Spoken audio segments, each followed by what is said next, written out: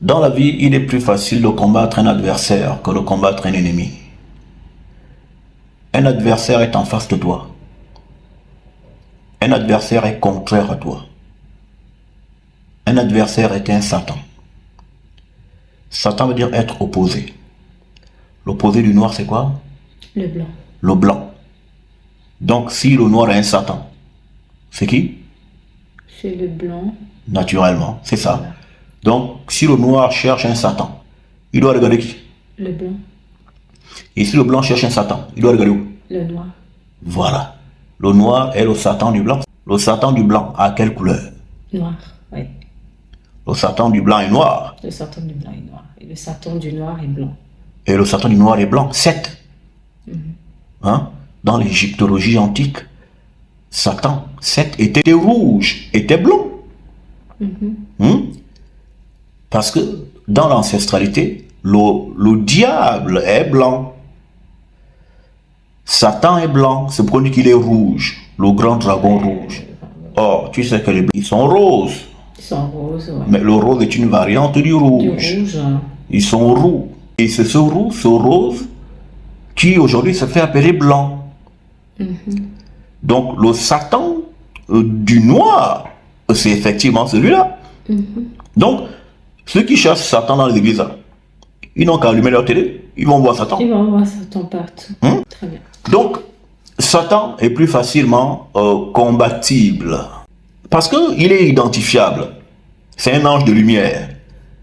Un ange qui n'est pas noir. Un ange de lumière déchu, non? Bien sûr, il faut rajouter déchu. C'est un ange éclairé. Un ange luisant. Un ange qui brille. C'est-à-dire qu'un ange qui a perdu le mélanine. Quoique la lumière est la fille de la mélanine. Ça, c'est notre paire de manches. Mais là, je n'explique que cet aspect des faits. Donc, Satan est là. On a Satan là. Hein? Là, on parle la langue de Satan. Il y a une catégorie de diable, de Satan, qui est venu chez moi et qui m'a envoûté pour parler sa langue. Hein? Là, on est des envoûtés. On est des envoûtés. On est des envoûtés. C'est pourquoi on dit que nous sommes des aliénés. Un aliéné, c'est un envoûté. Un envoûté, oui. Hein? Là, on est envoûté par une espèce de démons de Satan qui sont venus comme ça. Ils se sont ennuyés sous le fouet. Ils ont dit, ah, ben tiens.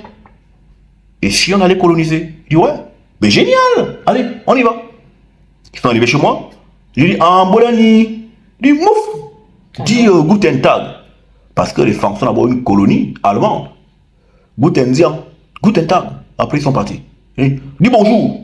Bonjour. Mouf, bonjour. Ah, bonjour, bonjour. Voilà, là, tu es civilisé. Hein? Et c'est comme ça qu'ils sont venus, donc, ils nous ont fait tout ce tort. Donc, voici les adversaires des hommes. Et de l'autre côté, nous avons les ennemis. Mais les ennemis sont plus difficiles à remarquer, difficiles à discerner.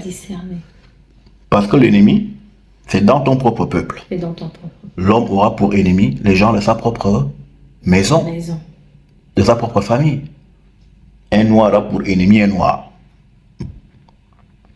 Mais un noir a pour adversaire un non-noir, donc un blanc.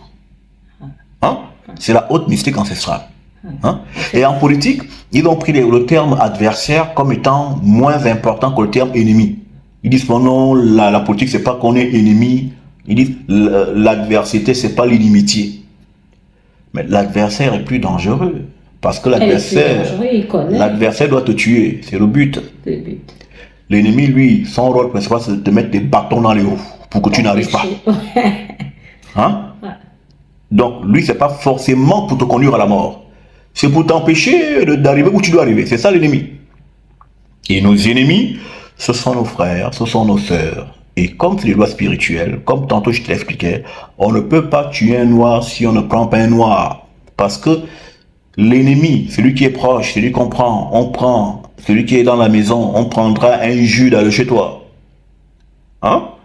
Pour accomplir des tâches bizarres.